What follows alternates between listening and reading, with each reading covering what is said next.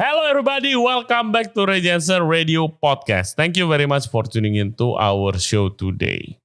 Tamu kita kali ini adalah Kevindra Sumantri. Dia terakhir kesini itu tahun ini, awal tahun kalau nggak salah, dia ngomongin bukunya The Art of Restaurant Review. Dan di podcast itu dia cerita dia ada proyek yang nggak kelar-kelar udah 6 tahun, ingin mendokumentasikan sejarah restoran-restoran dan juga makanan di Jakarta. Nah bukunya udah keluar nih. Namanya adalah Jakarta A Dining History, transformasi lanskap restoran ibu kota dari abad ke-19 sampai 1990.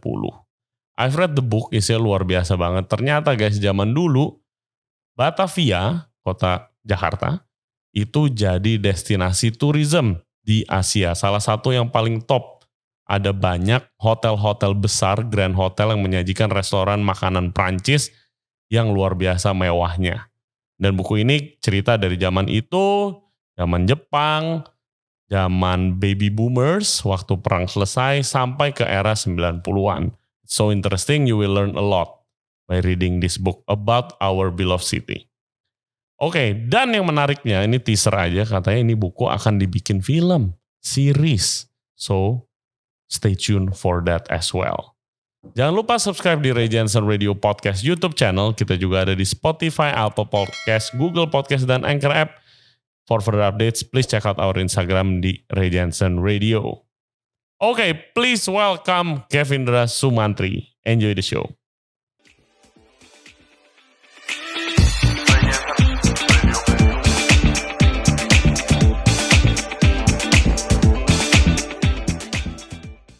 Kevindra Sumantri, welcome back to the show. Thank you Ray, thank you. Guys, jadi dia sudah balik ke sini. Terakhir kita podcast itu awal tahun ini. Februari ya? Yes. Februari kalau nggak salah. Kita ngomongin buku lu yang tentang Arts of the Restaurant Review. Dan lu sedikit lo udah research 6 tahun lebih buat bikin buku. Sekarang bukunya udah keluar guys. Jakarta A Dining History, transformasi lanskap restoran ibu kota dari abad ke-19 hingga 1990. Gua udah baca bukunya, bagus banget dan very eye opening kalau menurut gua. Jadi gimana researchnya ini dari tahun dari abad ke-19 which is tahun 1800. Lu mulai researchnya gimana? Dan juga ceritain kita idenya kok dari mana? Situ gitu, kok niat banget. Sampai panjang banget gitu. Sebetulnya PR banget Ray, itu sebenarnya PR banget. Udah pasti.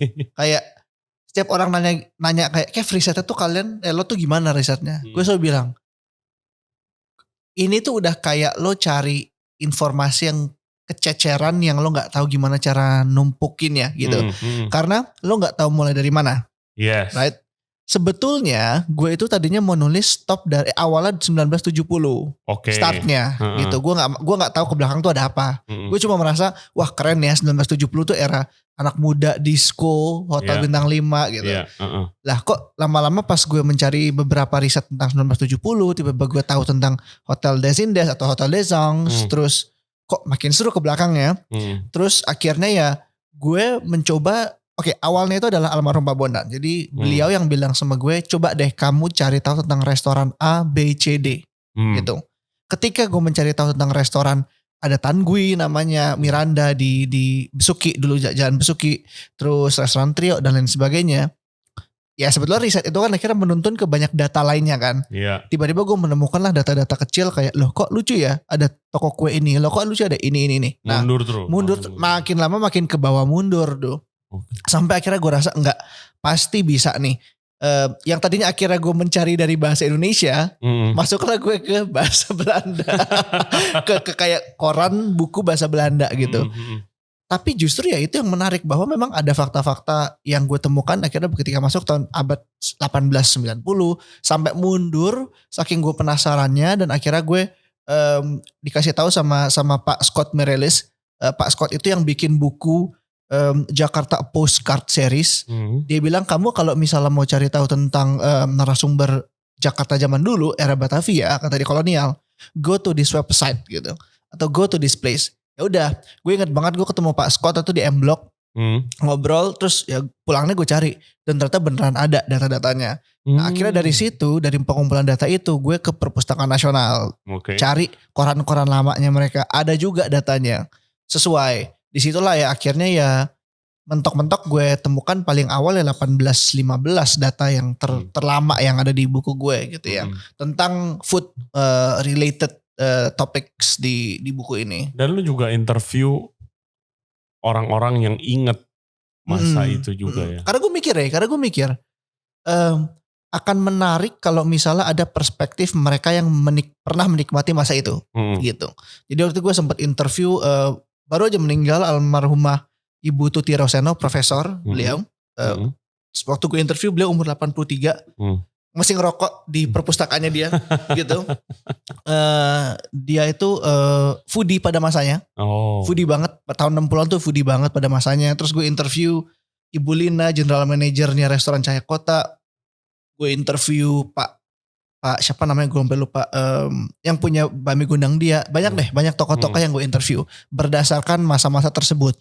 Karena menurut gue buku yang bagus itu adalah yang menggabungkan memori dengan data gitu. Storytelling dengan data. Karena gue bukan akademis gitu. Gue bukan historian bergelar gitu. Gue hanya suka menulis tentang food and the history gitu. Dan gue rasa pembaca akan sangat tertarik kalau history diselingin dengan personal story gitu. Yang memang terjadi pada masa itu. Nah itu yang akhirnya mungkin membuat buku ini menjadi lebih ringan gitu kan. Itu yang gue really appreciate about your work tuh ringan aja gitu loh. Emang it's some of the facts here guys, it will blow your mind gitu kan.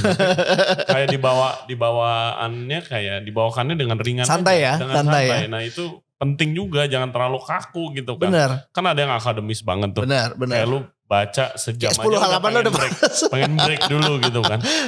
Ini gue habisin 1,5 hari. Gila cepet banget. Tapi that's always happen. Ketika gue tanya teman-teman yang baca, paling lama mereka 1 minggu habis. Paling lama.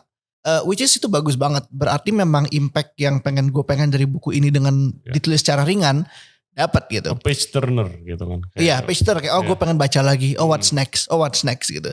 Karena gue sendiri nggak terlalu suka buku yang terlalu berat, Ray. Dalam arti kan gue pengen share cerita-cerita ini ke teman-teman ya di Jakarta dan luar Jakarta lah ya.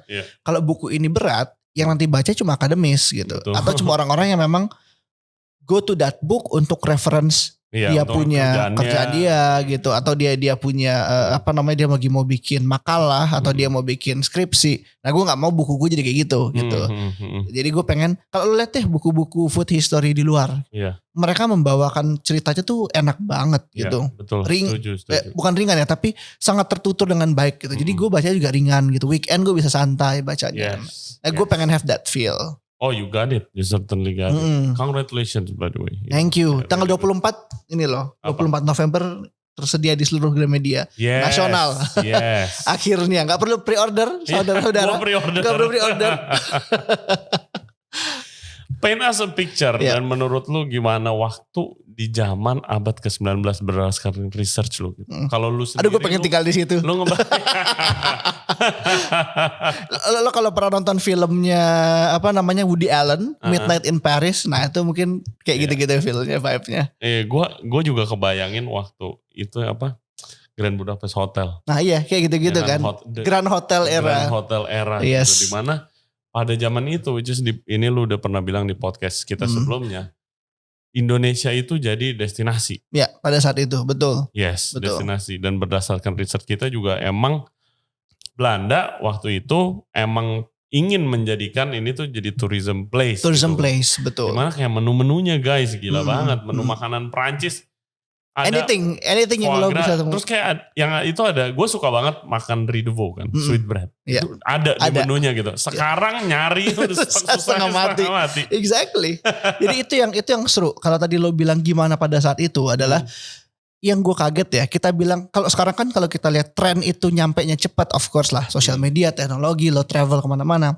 Tapi pada saat itu make sense bahwa tren-tren di restoran-restoran terbaik di Eropa itu ada di Batavia dan itu munculnya cepat loh. Makanya yang ada satu testimoni dari salah satu penulis pada saat itu, dia bikin buku biografi tahun 1902 atau 06 gue lupa, Thomas Reid namanya. Dia kan bilang bahwa gue tuh udah traveling ke Hong Kong, gue udah traveling ke Singapura, tapi when at night kata dia, Singapura dan Hong Kong itu udah kayak kota mati. Tapi Batavia itu hidup banget. Dan kehidupannya itu mengingatkan dia sama Boulevard Capucine di Prancis atau London bahkan. Dan bahkan dia kan menyamakan kualitas makanannya di Batavia pada itu di restoran itu as good as in London and in Paris menurut dia. Iya gila gitu. Sih, gue ngebayangin ya kayak all those grand hotel yang sementara gue cuma bisa picture itu di Europe lah. Exactly. Ya kan dari grand hotel. Ternyata di Indonesia tuh banyak. Oh, gue kalau lihat foto-fotonya Ray ya, gue cuma kan kita kan kalau ke Jalan Medan Merdeka tuh kan masih banyak Royal Palace kan kayak gitu-gitu ya. Ya lo bayangin aja kalau masih ada sekarang kayak gitu. Dan bentuknya hotel, bahkan ada satu hotel, si hotel Grand Hotel Java. Jadi di Batavia cuma ada 3 Grand Hotel sebetulnya. Hotel Des Indes yang paling gede. Jadi Duta Merlin sekarang. Hotel Nederlanden sama Grand Hotel Java. Itu yang 3 terbesar di Batavia tuh. Yang Grand Hotel Java itu sekarang posisinya adalah lobby depannya dia itu di Medan Merdeka Utara itu Kementerian Dalam Negeri. Lobby belakangnya dia itu di Jalan Veteran, markas besar Angkatan Darat, Kostrad. Jadi lo bayangin the whole gede banget area itu adalah hotel pada zaman itu. Sekarang jadi gedung kementerian dan markas besar Kostrad gitu. Crazy. Dan pada zaman itu tapi kan kan Indonesia masih dijajah tuh. Benar. Apakah orang-orang Indonesia bisa menikmati hotel-hotel itu kah? Nah, that's another side of the story ya sebetulnya. Hanya beberapa orang Indonesia yang biasanya adalah seniman atau scholar, yang intellectuals yang bisa dapat akses ke situ. Tapi di luar itu, of course, segregasi masih ada gitu. Jadi orang Indonesia, orang Chinese, orang Arab, semua tuh nggak masuk situ. Makanya menarik. Yang masih ada sisa sekarang tuh bentuk gedung itu Hotel de Galeries itu yang Istana Harmoni tuh di ujung. Nah itu dulu yang bikin saudagar Arab. Karena dia kesel orang Arab itu nggak boleh masuk di hotel-hotel punya orang Eropa. Dia bikin sendiri gitu. Jadi segregasi itu tuh ada pada saat itu. Iya. Dan juga ya tadi lu barusan bilang ada orang Chinese juga, ada orang India juga gitu. Dan yang one of the most mind-blowing fact itu gue balik ke Indonesia berapa tahun yang lalu, gue lihat baru sadar gitu lihat di Indonesia kok menunya kebagi sih, ada Asian, ada Western, selalu kebagi. Kayak campur aduk gitu ya? Campur aduk. Kayak campur gitu aduk kan. Ya?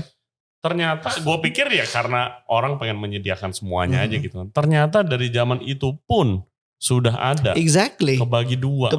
Jadi kita yang ikut aja gitu. Exactly. Itu yang gue sebetulnya juga cukup amazed. Karena ada perubahan tuh. Ada perubahan yang gue temukan ketika lo crash. Jadi pada abad ke-19 sampai tahun 1870-an 80-an deh.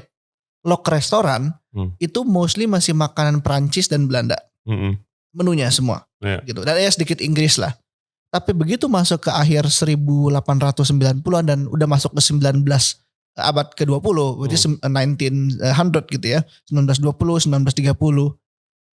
Restoran-restoran itu udah nyajinya 3 menu biasanya. Belanda, Chinese Koken, Belanda, Chinese sama Indonesia gitu. Nah, berarti kan sebetulnya yang sangat menarik adalah masyarakat pada saat itu, which is masyarakat Eropa dan Belanda di situ sudah udah mengembrace masakan Indonesia dan masakan Chinese itu as part of the daily cuisine-nya mereka. Sampai ada masuk di situ. Sampai ada restoran di Jalan Sabang dulu namanya Lanhul, itu tea time pakai jajan pasar. Gitu. Dia ngiklan, dia bilang tea time tapi pakainya jajan pasar gitu. Nah, itu menarik banget gitu. Dan itu terjadi di abad ke-20. Jadi memang ada behavior yang berubah menurut gue dan selera yang juga berubah. Yes. Gitu. Kalau Richtafel? Kalau Richtafel itu ada kan dari tahun 1860-an, 70-an. Dan Richtafel itu kan lebih kepada showcasing service gitu kan. Dan itu sebenarnya bermula ada perdebatan, tapi itu start di Bandung, Savoy Homan, dan ada juga di Batavia gitu. Tapi either way sebetulnya Richtafel itu kan lebih disajikan pada saat seremonial. Lo ada tamu, lo ada diplomatik gitu, lo sajikan itu semua. Dan itu di hotel-hotel bintang 5 gitu. Sekarang masih ada gak sih yang menyajikan Richtafel gitu? Masih, beberapa restoran tuh masih. Seingat gue Savoy Homan tuh masih di Bandung. Di Jakarta Tugu Kunsring masih ada. Oh, Tugu Kunsring. Tugu Kunsring masih ada. Terus Harum Manis kalau nggak salah ya, apa Bunga Rampai? Bunga Rampai deh yang di Menteng. Oh, masih punya paket itu, seingat gue. Tapi kalau Tugu Kunsring yang pasti ada. Dulu Oasis udah tutup juga, Oasis. Iya, itu yang di Cikini tuh. Gue belum nyobain tuh, rada nyesel. Itu Restafel. Nah, itu restoran yang ngenalin lagi Jakarta sama Restafel. Jadi after independence Restafel tuh konsep hilang. Oke. Gitu. Yeah. Dalam arti kayak ya udahlah gitu ya. Udah dibombardir akhirnya dengan konsep ya 5-star hotel menu biasa lah, Intercontinental Hotel. Tahun 70-an masuk, Oasis buka, dia memperkenalkan kembali Restafel. Gitu. Wow. Iya, itu restoran Oasis tuh dulu gue lagi kerja, bos gue bilang, lu harus tahu dong sejarah Jakarta tuh makan Oasis Restafel. lu jangan lihat makanannya. Walaupun old school ya restorannya ya. Old school, tapi lu belajar sejarah di situ. Gue bilang, iya mas, ntar. Udah tutup duluan. Old school sih, tempat makannya juga serem. Lantai 2-nya kosong gitu, Re. Lu kalau kesana waktu itu ya, sekarang udah jadi, aduh, itu gedung cagar budaya, tapi jadi salah satu tenan, dipakai jadi tenan mie kekinian gitu deh. Oh man. Imagine lo bayangin lantainya tuh masih lantai kayu gitu, gue kayak shit, jangan diinjek, jangan dirusak. Iya. We need to do better guys to preserve those type. Iya. Dan sekarang yang masih bertahan berarti Ragusa. Yang ada di buku gue itu yang masih bertahan ada Ragusa, Trio itu Chinese food. Yes. Terus Maison Weiner, toko kue yang ada di Kramat. Tahun 1930-an dibukanya. Terus Baltic es krim. Nah itu menarik, kayak Kramat itu dulu banyak banget toko es krim. Baltic masih ada. Es krim Palace. Kramat, terus dulu ada namanya Hacker and Rickers, itu restoran ice cream place juga di Kramat. Tapi sekarang sisanya cuma tinggal yang former Gloria, cuma tinggal Maison Weiner sama Baltic di Kramat Raya tuh. Tuh masih kesana masih ada. Kalau di Cikini itu tinggal Trio, Bakmi Gondang Dia sama es krim Canang. Yang sekarang udah jadi hotel. Wow. Lo sekarang kalau ke Cikini ya, lo mau cari es krim Canang tuh udah kagak ada tokonya. Dia udah berubah jadi hotel. Lo masuk ke Indomaret hotelnya, di sampingnya tuh ada freezer. Itu terus ada foto di atas es krim Canang. Ya, that's what's left from es krim Canang. Oh my god. That's so sad, a bit sad. Kayak lo kok ada ini di situ? Kayak lo tiba-tiba ada foto hitam putih di atas es krimnya. Ya itu what's left from the Canang. Coba guys kesana guys, coba gitu. Dan tapi kalau daerah Cikini sih, gue sih dari teman-teman gue itu lagi banyak loh yang planning buka restoran lagi di daerah situ sih. Oh, that's nice. Nice. Daerah situ kan mulai Menteng dan Cikini itu kan gak terlalu jauh tuh. Iya, benar. Yes. Ya, areanya sebetulnya emang dari dulu udah dedicated untuk lifestyle sih ya. Daerah itu kan emang lifestyle pada zaman itu. Tahun 1930-an, 40-an, 50-an orang pada larinya ke Cikini sekitarnya gitu. Untuk lifestyle areanya mereka gitu. Sekarang Senopati, dulu Cikini. Senopati. Gitu. Waduh. Dulu ada lo mau nyari yang ibu-ibu ya, lo mau nyari lipstick Revlon, lo mau nyari tas apa semua, ada tuh di Cikini dulu. Yoi. Dan juga ini kayak a bit personal. Gue kan very close with my grandmother, ya kan. She's passed away. Tapi tuh dulu waktu gue sering diceritain sama dia. Dulu mah kan dulu gue ada zamannya pergi clubbing gitu kan. Iya. Ya dulu kalau zaman dia mah pergi dansa, gak bilang clubbing gitu kan. Ya oma-oma banget ngomongnya dangsa. Iya dansa gitu kan, di sini di mana dia cerita tuh di Mangga Besar tuh yang ada kalinya situ kan. Betul. Dan kayak through this book gue bisa picture kayak gimana sih suasana dan makanan gitu. She's a foodie gitu kan. Dia ngajarin gue masak. Gitu. Iya. Jadi gue bisa ngebayangin, oh kayak begini loh yang dia makan, kayak ada hors d'oeuvre dibagi-bagiin gitu. Iya benar. Iya. Karena emang yang kayak tadi Oma lo bilang di daerah Mangga Besar Dangsa, karena memang pada zaman itu Princeton Park sekarang jadi Lokasari itu dulu tempat lifestyle, bioskop, tempat dansa di situ semua gitu di Mangga Besar. Jadi memang oma-oma kita pasti ke daerah sana dulunya. Dan lanjut waktu masuk di buku ini era 90-an, nah itu gue yang take a trip to memory lane ya kan, dari Spaghetti House, Personal langsung kayak personal. Personal. Gitu. Iya, personal, bener-bener personal. Yang khususnya Spaghetti House, food court di bawah Senayan itu apa Garden? Spice Garden. Ya kan? Gila itu gue kangen banget itu tempatnya. Sama Cafe Win. Cafe Win, iya. Oh my god, Cafe Win. Cafe Win itu zaman-zaman pertama kali gue makan Wiener Schnitzel yang enak sih itu tuh. Sekarang jadi rembulan. Jadi kan? rembulan. Tempatnya guys, yang apa di Mezanin atas Senayan gitu. Itu tempatnya keren banget. That's mungkin the first lifestyle restaurant yang gue pergi. Dan waktu tutup gue sedih banget. Man. Dia tutup kapan ya? 2010-an lah ya. 2010-an. Belasan kan 2012 gitu kan. Yang kayak gue ingat gue makan chicken wing, barbecue chicken sama itu the first time I tried chocolate lava cake. Oh di situ ya. Di situ gue nyoba. Jadi kayak wah tutup gitu. Tapi rembulan juga enak. Gue udah berapa kali nyobain. Nah lu sendiri lihat era 90-an itu bagaimana? Sebenarnya menarik banget gitu. Yang gue suka sebetulnya dari the trip of writing this book sebetulnya adalah bagaimana gue bisa explore uniqueness dari tiap era gitu. Kalau tahun 70-an 80-an kita ngomongin the economic growth, baby boomer gitu ya. Baby boomer jadi take over the city, mereka jadi disco di mana-mana, hotel-hotel gitu. Masuk ke 90-an justru sebenarnya unik karena ini adalah masa transisi. Karena tahun 90-an itu sebetulnya si baby boomer itu bisa dibilang jadi new family kan. Mereka membuat keluarga-keluarga baru. Nah, makanya tahun 90-an itu adalah eranya shopping mall. Lo bayangin ya, kalau tahun 70-an itu Jakarta dibombardir sama 5-star hotel, tahun 90-an itu mereka dibombardir sama Plaza Indonesia tahun 91, Pondok Indah Mall 91, Mall Kelapa Gading tahun 93, 94 gue lupa. Sleepy Mall era yang sama. Plaza Senayan tahun 96. Jadi bayangin all those big shopping malls itu muncul di tahun 90-an dalam rentang waktu hanya 5 tahun. Nah, itu sebetulnya merespons apa yang terjadi di society-nya Jakarta pada saat itu. Yes. Banyak keluarga baru muncul, anak-anak kecil banyak banget gitu ya. We were part of that era juga kan, childhood era kita. Sampai akhirnya economic growth gitu. Makanya pada saat itu juga banyak banget apartemen-apartemen tuh dijual. Pada saat itu kan eranya apartemen gitu.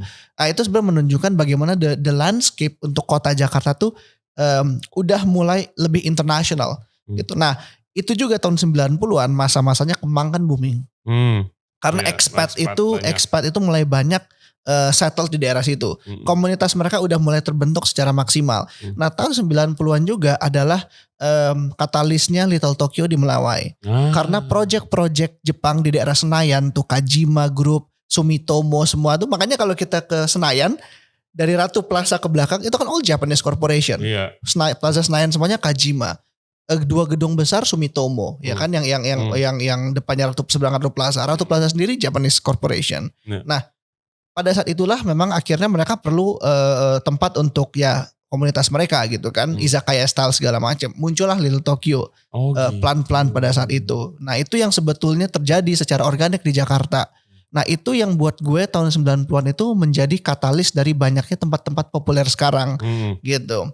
SCBD It's 1996, gue inget banget pertama kali Artagraha, terus habis itu ada Cafe Tenda Semanggi, bengkel. Nah, itu Cafe Tenda Semanggi katanya sempet nge-booming banget gitu ya. Era Cafe Tenda itu menarik karena adalah tren yang merespons krisis finansial. Pada saat itu memang ketika krisis finansial kan gak banyak yang akhirnya ada banyak chef yang di PHK segala macam lah. Ya akhirnya mereka bikin usaha ya Cafe Tenda. Antasari dulu ada, Semanggi dulu ada. Jadi it's really interesting bagaimana makanan selalu bisa jadi cara untuk melewati krisis. Sama seperti sekarang. Ketika krisis COVID, orang pada larinya oke, gue bisnis delivery. Bikin PO. Pada saat itu ketika krisis finansial, gue bikin Cafe Tenda. Gitu. Dan itu selalu terjadi. Dan itu yang menarik terefleksikan di Jakarta pada saat itu. Nah, sekarang kita udah familiar sama SCBD, udah familiar sama Kemang, sama Little Tokyo, bahkan kembali populer lagi. Nah, sebetulnya 90 itu katalis dari permulaan itu semua. Dan 90-an itu sebetulnya menjadi peletak batu pertama era lifestyle dining yang sekarang kita kenal gitu. End of 90s gitu. Jadi itu sebetulnya kayak menanam benih. Nah, baru tahun 2000-nya dikataliskan dengan munculnya Mana House dulu, Mbak Jennifer Karjadinya Union. She's the one who changed the landscape sebetulnya. Oh my God. Dengan dia bikin berempat itu sama Mas Michael sama Reza Budi Suryanya Opko, mereka bikin Mana House tahun 2000 Itu di Taman Ria ya? Taman Ria, yes, exactly. Di Taman Ria. Mana House itu. Terus di tahun yang sama Mbak Uli Panjaitan bikin Sinabar di Plaza Ganjimat. It was at that time the most stylish restoran di Jakarta. Dan itu sampai masuk ke Jakarta Post, masuk ke Laksmi Pamuncak sampai bilang Sinabar pada saat itu yang mengkataliskan konsep fusion di Jakarta. Very stylish. Desainer gedungnya adalah si Dan Kwan, semua itu well thought. Tahun 2002 muncullah Blowfish, gitu kan, Ismaya, dan itu masih dulu di Menara Bang Danamon kan, belum di Wisma Mulia sekarang, Bang Danamon. Jadi itulah sebenarnya awal-awalnya, akhirnya ya as we know today, gitu. Crazy. Kalau lo pikir kayak panjang ya perjalanannya ya, kayak panjang ya. Instan lah. Jadi ada prosesnya gitu. Biasa kan kayak all the time sih, bukan biasa. Itu we take it for granted aja gitu kan. Oh ya restoran. Exactly. Terus kalau misalnya pekerja dunia F&B biasanya beberapa kali ngeluh, aduh kok begini sih, gitu kan. Ternyata pun ada prosesnya. Prosesnya panjang gitu. Sekali. Yang gue mau nanya sama lu, waktu itu kan sempat Grand Hotel. Benar. Ya kan, culture di mana Prancis, makanan Belanda, Chinese, makanan Arab, makanan India. Terus waktu Belanda cabut, ya kan, kita ada 3 tahun kalau nggak sama Jepang. Iya, betul. Terus hilang semuanya begitu saja gitu. Pada kemana? That's how war change everything ya gitu. Ya emang sebetulnya remnants-nya tuh masih ada, Ray.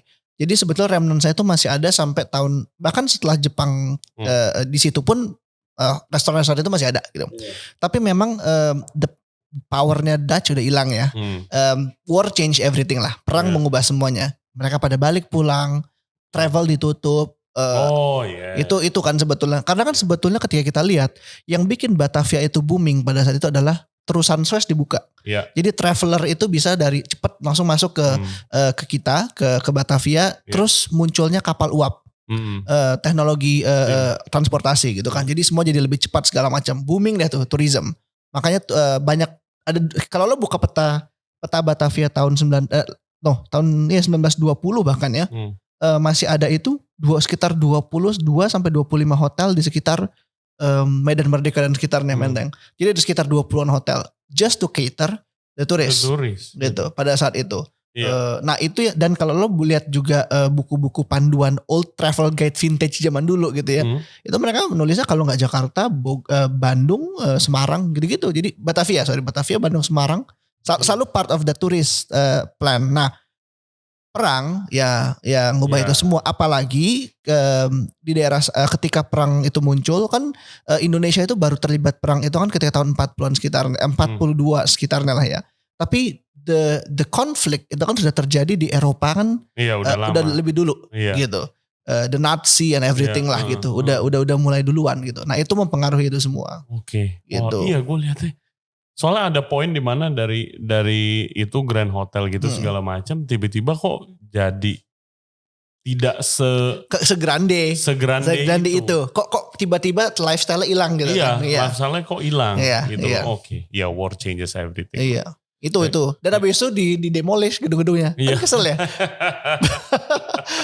Kepada Bapak pemerintah yang zaman dulu.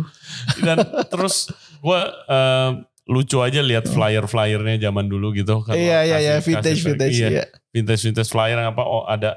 All you can eat atau sama koktail 2.700 perak. Iya. Terus ada satu restoran yang apa? Dia mungkin pada zaman itu more is more ya, bukan zaman sekarang less is more. Ada yang menjanjikan 17 jenis makanan dari berbagai negara, secuan gitu. Kalau sekarang gila bingung banget orang.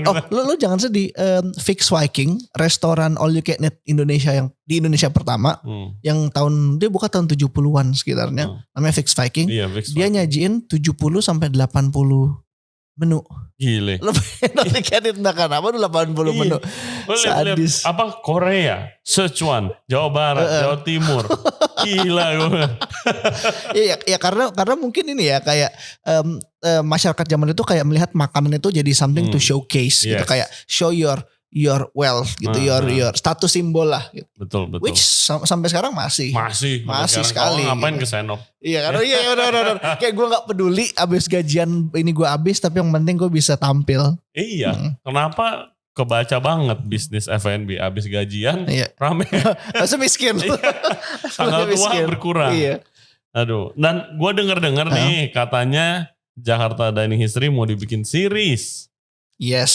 Wow, gila. Congratulations sih, keren banget. Lu doakan. Pasti. Gimana awalnya? Udah ada yang boleh diinfo-infoin dikit kan? Boleh. Ini udah gue infoin juga sebelumnya. Jadi sebetulnya karena kan memang penerbit kita Gramedia Pustaka Utama itu kan, I mean that's the big corporation lah, Kompas Group gitu ya. Nah mereka itu ngelihat bahwa ada satu potensi untuk membuat buku menjadi dokumenter, film. Kan selalu seperti itu ya konsepnya. Nah buku Jakarta Dining History itu kemarin dilihat jadi salah satu buku yang menarik untuk dibuat jadi visual. Oke. Awalnya kita mau bikin documentary, full series gitu, tapi we found out another more interesting idea. Dan akhirnya ya film ini nanti akan disutradarai oleh sosok yang kemarin baru memborong Piala Citra 12. Wow. Regas Banuteja gitu. Jadi dia dianggap jadi sutradara terbaik di Indonesia. Jadi hopefully ya, gue yang deg-degan deh, gue kayak anjir. Jadinya ini film series. Jadinya kan series. Oke. Gitu. Series. Nanti jadi ada aktor dan aktrisnya gitu main. Akan ada aktor aktrisnya. Mainin lu atau dia jadi gue di belakang layar aja. Enggak, maksudnya they play you? Atau? No. Okay. They play people from this book lah. Oke. Gitu. Wow. Gitu. Jadi this book will be a good yaitu impian dari semua penulis ya, ketika tulisan lo bisa ditranslate realisasikan menjadi sebuah karya visual, film, series atau dokumenter apapun itu. Ya ini, this is the moment. Udah ada ininya, ya congratulations. Udah ada tanggal atau kapan target? Belum, mudah-mudahan. Tahun. Targetnya tahun depan pasti. Target kita tahun depan. That's quick. It should be quick lah. Yeah. Ya kalau ada duitnya, ya mudah-mudahan cepat. Produksinya perlu uang. Iya kan ini udah 6 tahun juga researchnya. Iya. Gimana rasanya begitu ini kelar? Gila udah kayak ini tau, udah kayak lo tuh kayak mengandung sama 6 tahun. Karena it somehow, ya of course 6 tahun itu kan karena lo ada kerjaan lain dan segala macem kan. Tapi kayak in the back of your head lo merasa memang masih ada yang belum lo lakukan nih, kayak di belakang kepala lo kayak masih aduh ini harus dilakukan gitu. Ya ini, jadi ketika ini launching rasa tuh kayak yes akhirnya lahir juga gitu. Kayak lo gak kepikiran lagi tiap weekend, lo gak kepikiran lagi tiap malam kayak aduh gue mesti ngerjain ini, aduh ini kita belum publish, kayak gitu gak ada gitu. It's time for me to create another one gitu. Mantap. Which going to be about? udah approve naskahnya. Udah approve naskahnya.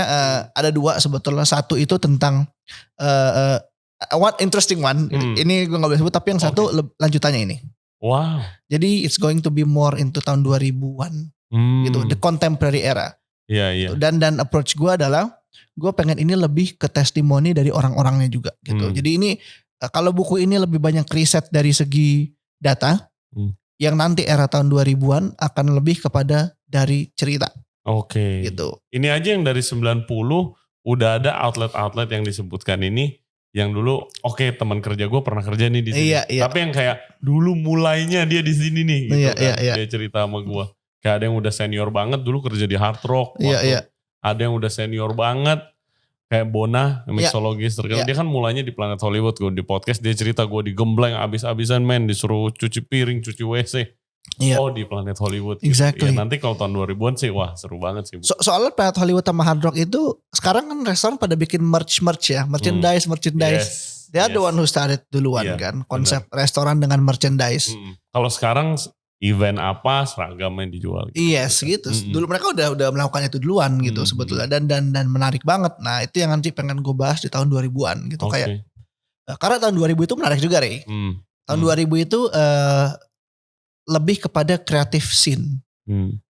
Setelah revolusi gitu. Jadi itu semua ada kontribusinya lah. Kepulangan orang-orang Indonesia Gen X ya. Tahun 70-an tuh apa? Gen X, Gen Y. Milenial tuh apa? Gen X kayak. Milenial Gen X. Milenial Gen Y ya. Pokoknya generasi sebelum milenial. Kan baby boomer, lalu ada generasi lalu milenial. Iya. Nah ini itu yang mengubah landscape tahun 2000-an. Yang mungkin sekarang umurnya udah 45, udah 43, 46 gitu. Atau paling tua 50. Tapi mereka bukan baby boomer. Baby boomer itu kan yang sekarang usia udah 65 ke atas kan gitu. 60-an something ke atas lah gitu. Nah generasi yang ini yang mengubah Jakarta, the dining scene. Mereka yang set the standard gitu. Sampai kita kenal sekarang gitu. Nah itu yang akan gue bahas di tahun 2000-an. Ini kalau gue ya, in my point of view, gue berasanya this and next year itu kayak the most exciting times. Exactly. Loh, August teman kita bentar lagi buka. Yes. Udah mereka udah ngasih lihat sneak peeknya. Tahun depan we know that several names will open and then people are doing another new things gitu kan. With this condition mudah-mudahan ya Jadi kan berubah. waktu itu F&B sempat really good tuh. Dimana kayak tahun 2018 gitu. It's really good ya kan, booming lah, rame, restoran semuanya rame. Terus habis itu ada COVID happen. Tapi sebelumnya tuh banyak banget orang-orang yang udah balik kalau sih. Gue udah teman-teman baru yang udah pengen di luar negeri saatnya gue buka restoran karena di F&B Jakarta lagi bagus. Betul. Tapi COVID, nah ini sekarang udah mulai buka lagi nih. Iya benar. Ya kan, it's so exciting sih lihat konsep-konsep restorannya. Gitu. Iya benar. As a food journalist, you must be excited too. Oh iya definitely karena itu yang gue selalu bilang that's my job sebetulnya kan to observe. Dan ya ini kayak sebenarnya deh kenapa gue awalnya juga suka, gue pengen banget bikin buku ini dan gue suka banget topik tentang restoran dan food. Mungkin banyak yang tanya juga gitu kan ke gue kayak, Kevin kenapa sih suka banget bahas tentang restoran? Kan cuma itu aja gitu. No enggak gitu. Kalau lo lihat kayak New York gitu ya, mereka punya satu buku namanya Appetite City yang ditulis sama I forgot the name, William something. Itu tentang how the restaurant scene di New York itu sebenarnya reflect the immigrants, udah reflect ke the society di city-nya itu berubah. Jadi sebetulnya bagaimana lo bisa lihat restoran sebagai sudut pandang untuk sosial ekonomi di sekitar yang berubah. Dan itu terefleksikan. Maksud gue, lo mau lihat tren baju terbaru, ya you go to restoran aja gitu. Di restoran lo bisa nemu tren baju terbaru, lo bisa nemu tren musik terbaru, the visual, the taste, and what symbolize the society of a city gitu. Karena kan sebetulnya tempat makan, mau itu restoran, mau itu eatery gitu ya, itu kan merefleksikan status dan masyarakat di situ. Dan jangan lupa loh, restoran itu adalah tempat makan, nggak cuma restoran ya, eatery, warung, restoran, semua itu adalah tempat bersosialisasi utamanya manusia loh. Kalau nggak ada restoran, nggak ada warung, nggak ada apa, kita nggak ada socialize gini. Kalau orang bilang ke kantor, orang sosialisasi di kantor pas mereka ngapain? Jam istirahat, di kantin, makan siang. Sekolah lo sosialisasi sama teman biasanya pas kapan? Pas istirahat, pas di kantin. And that's always happen gitu. Restoran dan tempat makan, even warung kopi deh, orang soal ngerokok, nongkrong, minum kopi, mereka sosialisasi di situ. Jadi jangan anggap sebelah mata posisi dari tempat makan. Bahwa sebelum era teknologi itu, how we know about things going on. Oh si ini begini, si itu begitu. Apa kabar dia? How are you? Itu kan when we meet, when we eat something gitu. Lo kan gak mungkin tiba-tiba di tengah jalan berdiri aja ngobrol bisa sampai 2 jam gitu kan gak mungkin. Pasti lo akan duduk di kafe, di tempat makan, ngopi. Exactly. Itu yang gue suka dari topik restoran dan tempat makan. Iya sih, food itu as a general, the whole gastronomy itu kayak bisa dihubungin tuh banyak banget sih. Banyak. Ekonomi, budaya, agama, semuanya nyambung. Kayak kalau orang bilang food connects people together, itu emang it's really without a doubt. Makanya ada pepatah bilang kan, when you can control the food, you control the people. Gitu. Yes. Karena memang that's why negara-negara bisa kontrol makanan, pangan ya, they control the people basically. True. Okay, that's the great quote to close this podcast. Thank you banget Kev udah datang ke podcast. Gue tahu lu sibuk, lu ada banyak meeting lagi buat proyek-proyek lu. Yang belum gue omongin nih, Museum Boga. Oh iya. Kapan podcastnya? Museum Boga. Museum Boga nantilah, bareng sama founder berdua at least. Oke. Berdua bisa kita. Ditunggu ya guys, ditunggu ya guys. Itu seru tuh. Udah pasti. Itu one thing to anticipate lagi tuh. Yes, setiap lu datang, pinter lu ya kalau ada anticipate lagi. Kemarin kan ini. Gak ada habis-habisnya topiknya kan. Thank you banget Kev, sukses semuanya. Follow ya guys, Kevindra Sumantri di Instagram dan juga Fistin. Of course, Fistin. Nanti ada di description-nya. Okay guys, so thank you very much for listening to our podcast today. Jangan lupa subscribe di Ray Jensen Radio Podcast YouTube channel. Kita juga ada di Spotify, Apple Podcast, Google Podcast, dan Anchor app. Beli buku Jakarta A Dining History by Kevindra Sumantri. It's really good. You will be entertained and mind blown. and learn something new. Really interesting. Seru ya bukunya. Yes, seru banget. Okay, thank you very much Thank you. guys. Stay safe, stay healthy. We'll see you next time. Bye-bye. Thank you. Thank you, Kev. Thank you, Ray. Mantap. Sip.